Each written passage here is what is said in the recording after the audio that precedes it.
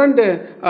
No, I was in a call with one of the leadership team from my client side, and while I was actually discussing with them, I was asking that particular client member, what is that you exactly wanted? Do you want predictability or do you want to respond to the change? Because if you actually go to the leadership, okay, and then ask them, do you want predictability in terms of make and meet a commitment, or do you want responding to change, which is more towards adaptability? Generally client leaders tell that they wanted both. But we need to understand one fundamental concept, that predictability versus adaptability, it is actually competing parameters. They actually tend to compete with each other. Okay, let me explain it using a simple example here. Okay, I have taken couple of rubber band here. Okay, now I am actually going to stretch the rubber band. So the more I actually stretch it towards the left and the right, you can see a tug of war between these 2 points, right? So this one point is called predictability. The other end is called responding to change. So while you are trying to become predictable, generally it will become difficult to respond to change. And while you are becoming more capable or competent, like in terms of responding to the change, it will become more difficult to become predictable. This is more from an organization point of view. Now let us take a different color. This particular rubber band I have taken a yellow color to actually illustrate it. Let me take a green color rubber band now. This particular rubber band is actually more towards the market alignment. So when I say market, it is actually emerging market or in terms of the converging market.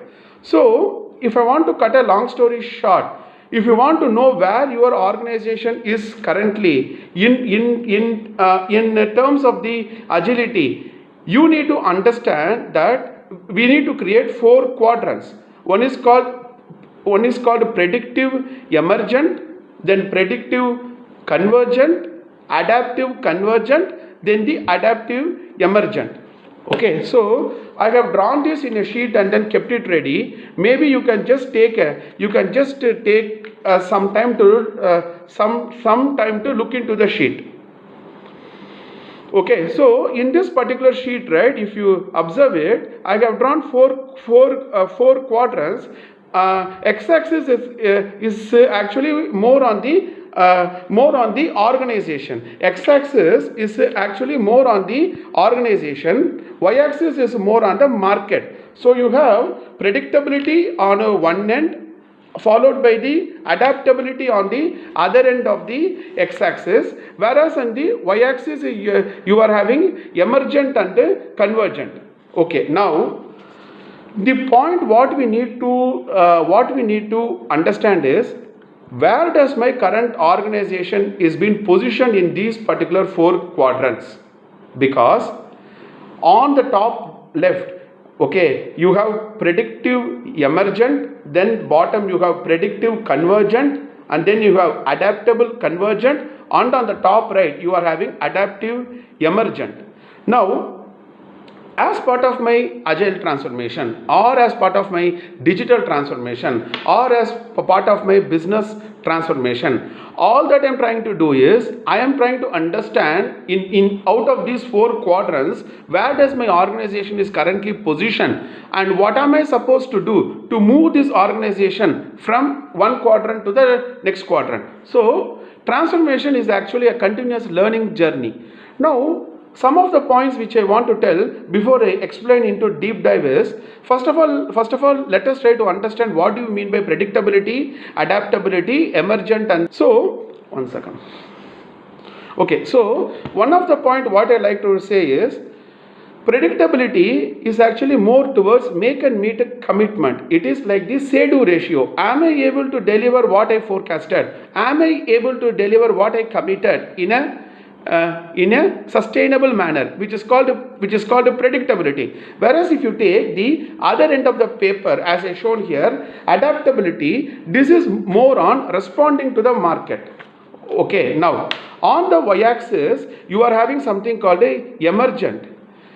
Okay, Emergent market means typically the priorities, typically the initiatives or the feature set continuously evolve, continuously emerge based on the market dynamics.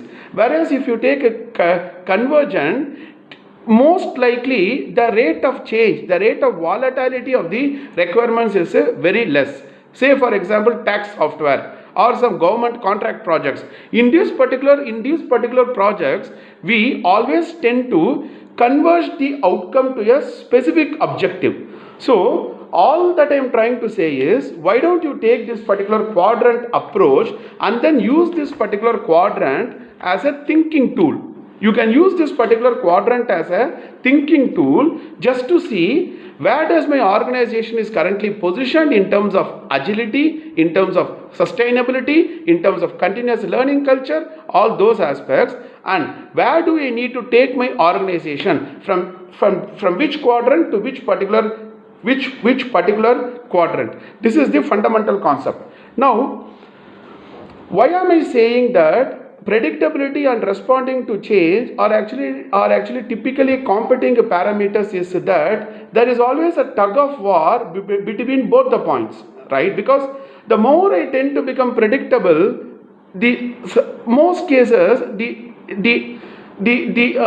rate at which I can respond to change becomes lesser. So it is like a moving needle. Okay, in this particular x-axis, you may need to see in this particular x-axis wherein I'm actually showing you the predictability versus adaptability. You may need to see where does your moving needle lies as on date.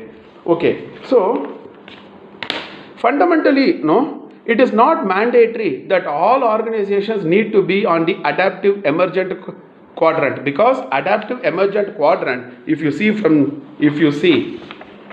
one second. So if you see with this particular diagram, only lean startup kind of organizations will be more comfortable in an adaptive emergent.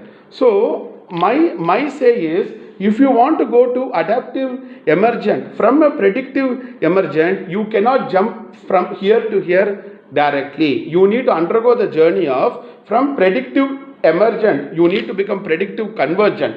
Then from predictive convergent, you need to go to adaptive convergent. Then from adaptive convergent, you can go to adaptive emergent. So in this first quadrant, okay, let's take this quadrant. This quadrant wherein I am actually trying to talk about predictive emergent, it is more towards a heroic culture. It is actually more towards a chaotic nature.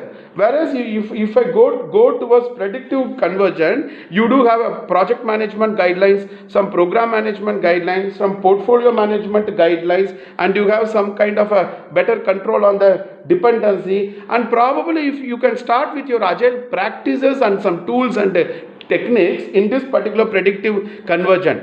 But then if you want to sustain your agility and take your agility to the next level, you cannot do it only in the predictive convergent, because in the predictive convergent, the focus is more on make and meet commitment, right? The focus is not more on adapting to the market rhythms. So slowly you need to go from here to adaptive convergent, and from adaptive convergent, if the case mandates you, then you can think about going to the adaptive emergent.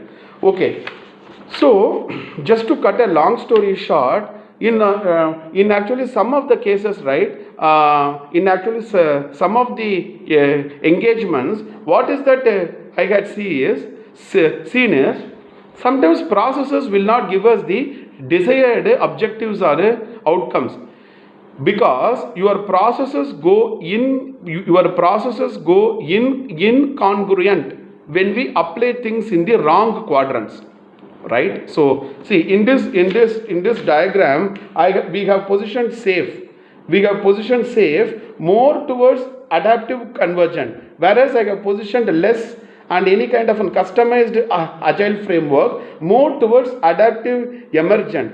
So we need to understand the dynamics of the organization, we need to understand the dynamics of the market rhythm, and based on all those aspects, now we may need to take a call from which particular quadrant am I going to try to move my organization to some other quadrant.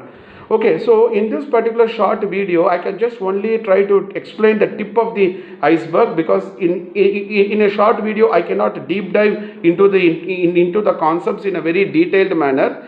If in case you wanted to know hands-on in terms of all these concepts, probably you can connect with me. All these concepts are covered in my Agile Mentorship program, wherein you can enroll in my mentorship program so that you can get some time to do a real-time coaching session with me.